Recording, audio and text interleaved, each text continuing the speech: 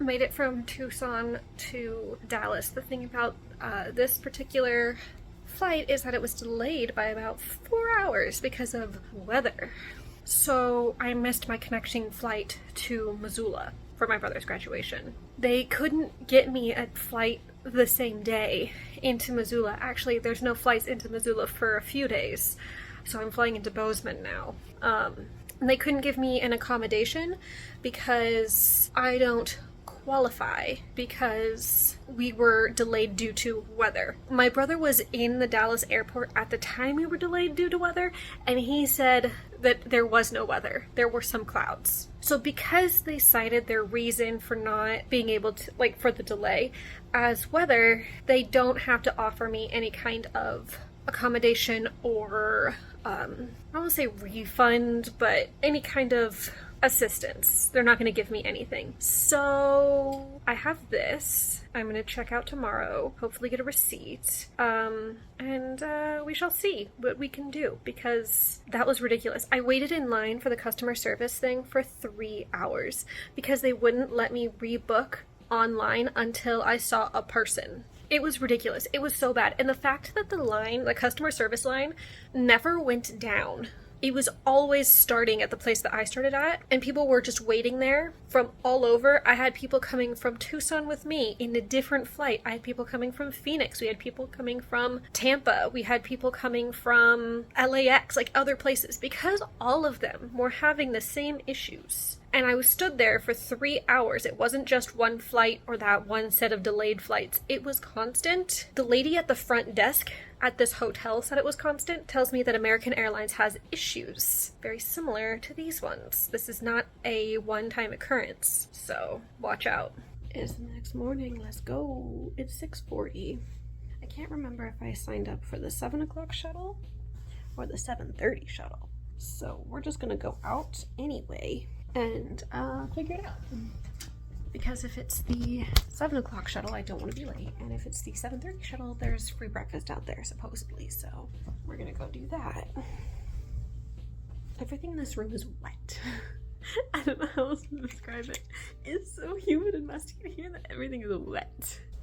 Like, it's not quite to the extent of, like, the Navy ship I spent a night on in Boston. That's a weird sentence.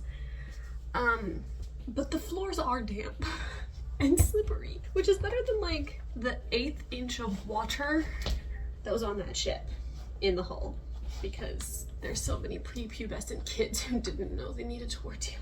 That place stunk. Do not stick a bunch of 11 to 13-year-olds in the bottom of a Navy ship in summer in Boston. You're not gonna get a good result. It's gonna stink and you're gonna be unhappy with it. I did bring cookies and cream. And I finished my book. I finished Cocaine Blues. So I got a book in the airport because what else was I gonna do with my time? And I like And Then She Was Gone by Lisa Jewell. So I got The Family Upstairs by Lisa Jewell. So we'll see how this goes. Let me shove this in my bag.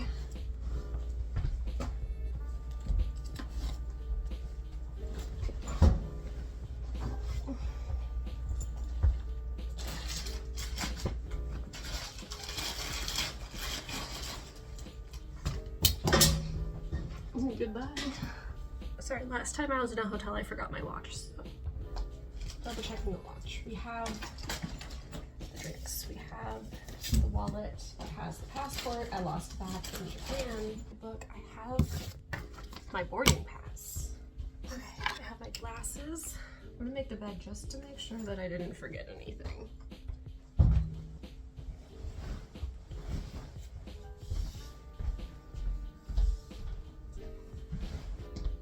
Looks good. Okay, let's roll.